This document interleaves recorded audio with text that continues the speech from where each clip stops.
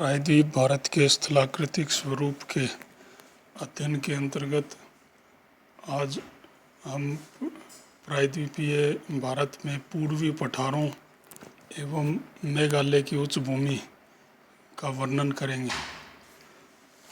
प्रायद्वीपीय भारत के पूर्वी पठारों में जो प्रथम पठार है उसे छोटा नागपुर का पठार कहा जाता है। छोटा नागपुर का पठार करीब 87,000 वर्ग किलोमीटर क्षेत्र पर फैला है। इसमें पूरा झारखंड एवं पश्चिमी बंगाल का पुरुलिया जिला शामिल है।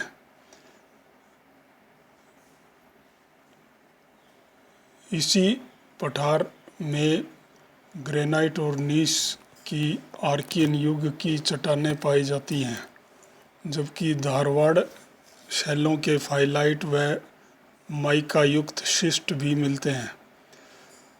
दामोदर नदी द्वारा बनाया गया संरचनात्मक द्रोणी अथवा नदी जो भ्रंश घाटी मानते हैं वो गोंडवाना कालीन चट्टानों से बना है। छोटा नागपुर पठार के पश्चिमी किनारे पर पाट भूमि स्थित है। यह भी एक पठार का स्वरूप है और स्थानीय तौर पर उसे पाट भूमि कहा जाता है।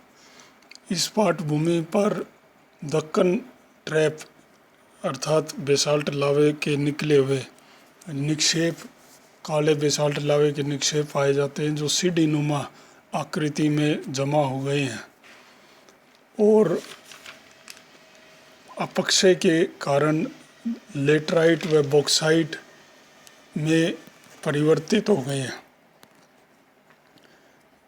छोटा नागपुर पठार में कई पठारों की श्रृंखला पाई जाती है जो ऊंचाई के विभिन्न स्तरों पर मौजूद हैं।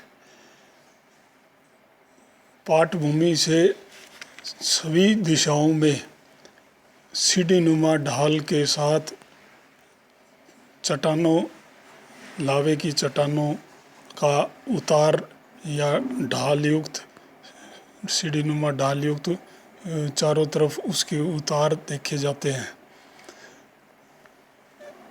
हजारीबाग एवं रांची के पठार करीब 600 मीटर की ऊंचाई पर स्थित हैं तथा उन्हें दामोदर नदी की जो भ्रंश घाटी है वो अलग करती है। छोटा नागपुर पठार के दो उप प्रदेश गिनाए जा सकते हैं। एक उत्तरी छोटा नागपुर पठार और दूसरा दक्षिणी। उत्तरी छोटा नागपुर पठार में झारखंड के पश्चिम में स्थित पलामू के पठार, हजारीबाग जिले में स्थित हजारीबाग का पठार, दामोदर नदी घाटी, संथाल परगना क्षेत्र की पठारी क्षेत्र, उच्च भूमियाँ शामिल की जाती हैं। जबकि दक्षिणी छोटा नागपुर पठार के अंदर पाट भूमि, पाट के रूप में जो पठारी क्षेत्र हैं, रांची का पठार एवं सिंहभूम जिले के पठार को शामिल किया जाता है। इस क्षेत्र का दूसरा जो पठार है वो दंडकारण्य प्रदेश के रूप में जाना जाता है। दंडकारण्य प्रदेश का विस्तार 89,000 वर्ग किलोमीटर क्षेत्र पर है। इसमें ओडिशा के कोरापुट एवं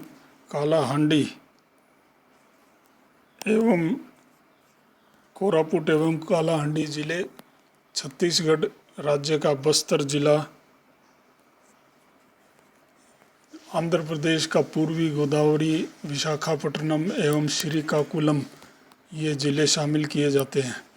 ये उतार चढ़ाव से युक्त पठारी प्रदेश है जिसको दो उप प्रदेशों में बांटा जाता है। प्रथम है दंडकारण्य उच्च भूमि या दंडकारण्य के पठार, जिसमें मुख्यतः बस्तर जिले का पठारी भाग को शामिल किया जाता है। इसकी ऊंचाई 550 से 750 मीटर के बीच में है। ये इंद्रावती नदी द्वारा अत्यधिक कटा फटा हो गया है। अबुझमार पहाड़ियों में बेलाडीला श्रेणी में लो अयस्क के समृद्ध भंडार यहीं पाए जाते हैं। इसका दंडकारण्य प्रदेश का दूसरा जो उप क्षेत्र है उसे दंडकारण्य घाट क्षेत्र बोलते हैं। इसे कालाहंडी का पठार भी कहा जाता है, जो 250 से 300 मीटर की ऊंचाई पर है। तीसरा जो पठार है वो गढ़ जात की पहाड़ियों के रूप में विख्यात है। इसे ओडिशा की उच्च भूमियों के रूप में भी गिनाया जाता है। ये उड़ीसा की तटवर्ती भाग के सहारे उत्तर पूर्व से दक्षिण पश्चिम दिशा में लगभग 385 किलोमीटर लंबाई में तथा 76,800 वर्ग किलोमीटर क्षेत्र पर व्याप्त है।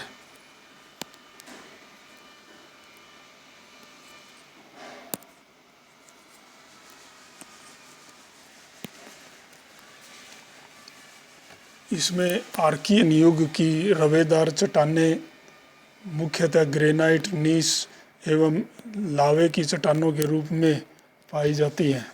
गोंडवाना काल की शेल, बलुआ पत्थर आदि भी अपेक्षाकृत गहरे भ्रंशित भागों में मिलते हैं। इसके उदाहरण तालचेर, बाराकार, कमाथी श्रेणियों के कोयला के निक्षेप हैं, गोंडवाना काल से जो जुड़े हैं। इस प्रदेश को पश्चिम से पूर्व की ओर बहने वाली महानदी 2 भागों में बांट देती है, उत्तरी और दक्षिणी। उत्तरी भाग को छोटा नागपुर के पठार का ही विस्तार माना जाता है, जबकि दक्षिणी भाग पूर्वी घाट का विस्तार है। इस प्रकार इसे 3 सुस्पष्ट स्थलाकृति की इकाइयों में रखा जा सकता है: उत्तरी उच्च भूमि, महानदी की घाटी एवं दक्षिणी पश्चिमी पहाड़ी प्रदेश। चौथा जो प्रदेश है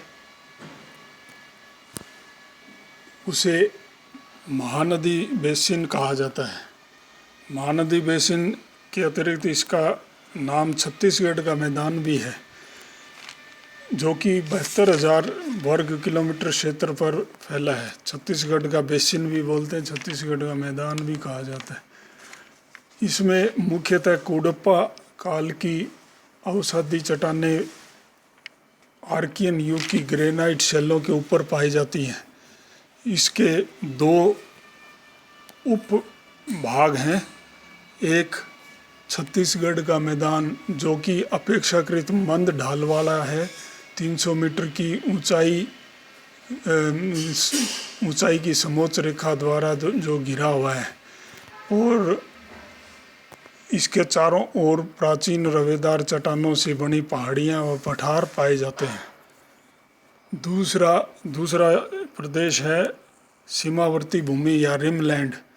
ये इस छत्तीसगढ़ के मैदान के चारों ओर पहाड़ियों तथा पठार की श्रृंखला के रूप में पाया जाता है। इस सीमावर्ती भूमि में कोरबा की गोंडवाना कालीन कोयले के निक्षेप तथा दुर्ग जिले के उच्च भूमि के क्षेत्र भी शामिल किए जाते हैं। इसी के दक्षिणी हिस्से में राजहरा नाम की पहाड़ियां हैं, जहां लो अयस्क के समृद्ध भंडार पाए जाते हैं। दूसरा जो प्रायद्वीपीय भारत का प्रदेश हम आज लेंगे वो है मेघालय का पठार एवं मिकिर की उच्च भूमियाँ। इसको मेघालय का पठार व मिकिर उच्च भूमियाँ के रूप में एक साथ इसका वर्णन किया जाता है। ये मेघालय का पठार व उच्च भूमि करीब 400 किलोमीटर लंबाई और 40 किलोमीटर चौड़ाई में स्थित है। मेघालय का पठार में गारो खासी जयंतिया की पहाड़ियाँ तथा इस मुख्य पठारी क्षेत्र से बाहर की ओर स्थित मिकिर व रेंगमा पहाड़ियाँ, मिकिर तथा रेंगमा नाम की पहाड़ियाँ शामिल की जाती हैं।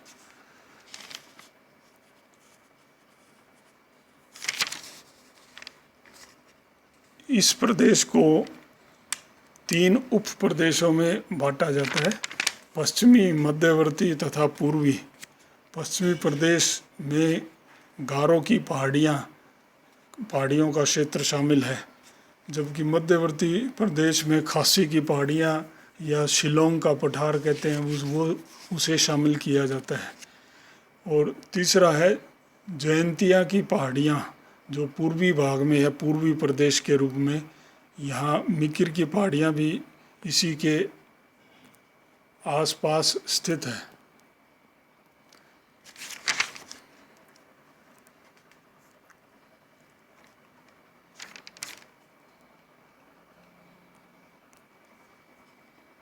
इस पठारी प्रदेश को हम मानचित्र पर भी देख सकते हैं। इधर मैकाल पर्वत श्रेणी के उत्तर पूर्व या पूर्व की ओर जो विस्तृत पठारी प्रदेश दिखाई पड़ता है, ये बघेलखंड का पठार एकदम पश्चिम में यहाँ कहीं, और फिर उसके बाद छोटा नागपुर का पठार। ये समस्त क्षेत्र जो है छोटा नागपुर के पठार के रूप में पाया जाता है। दूसरी जो इसकी पठारी प्रदेश की दूसरी इकाई है, वो दंडकारण्य प्रदेश है, जिसमें छत्तीसगढ़, ओडिशा व मध्य आंध्र प्रदेश के क्षेत्र को शामिल किया जाता है। तो इसके अंतर्गत ये दंडकारण्य प्रदेश है, जो दंडकारण्य का जिसके 2 उपभाग हैं, दंडकारण्य के घाट और दंडकारण्य की उच्च भूमि या पठारी प्रदेश।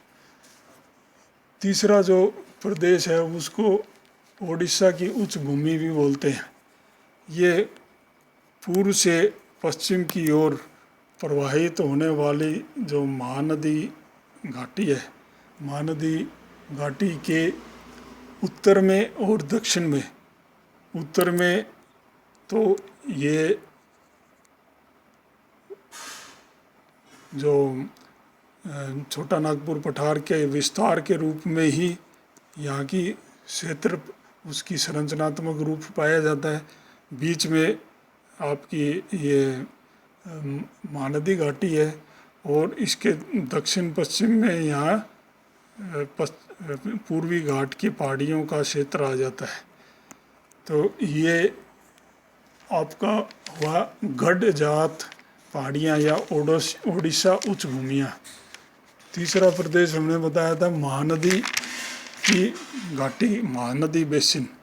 महानदी बेसिन महानदी के ऊपरी भाग में स्थित है, जो एक कटोरे नुमा आकृति में मौजूद है, और इसके चारों ओर पाई जाने वाली जो पहाड़ियाँ हैं उनको हम उसकी सीमावर्ती पहाड़ी उप प्रदेश के रूप में उसको गिनाते हैं, वर्णन किया करते हैं। अगला जो प्रदेश था जिसका हमने जिक्र किया वो था मेघालय का पठार। मेघालय का पठार एवं मिकिर उच्च भूमि, ये मेघालय राज्य में स्थित है। इसके पश्चिम का क्षेत्र गारो की पहाड़ियाँ, मध्य का क्षेत्र को खासी की पहाड़ियाँ तथा अथवा शिलोंग पठार, तथा पूर्वी क्षेत्र को हम जयंतिया की पहाड़ियाँ या साथ में मिकिर हिल्स इसी के थोड़े उत्तर में मुख्य भूमि से थोड़ी हटी हुई है। तो इन 3 भागों में बांटते हैं। वैसे जैसा कि हमने पहले देखा था, ये मेघालय का जो पठारी प्रदेश है ये वस्तुतः प्रायद्वीपीय पठार का ही विस्तार है, जिसे बीच में बंगाल के क्षेत्र में जो कुछ भूमि का कुछ क्षेत्र नीचे धंस जाने से ये मेघालय का पठार मुख्य प्रायद्वीपीय पठार से अलग दिखाई पड़ने लगा है।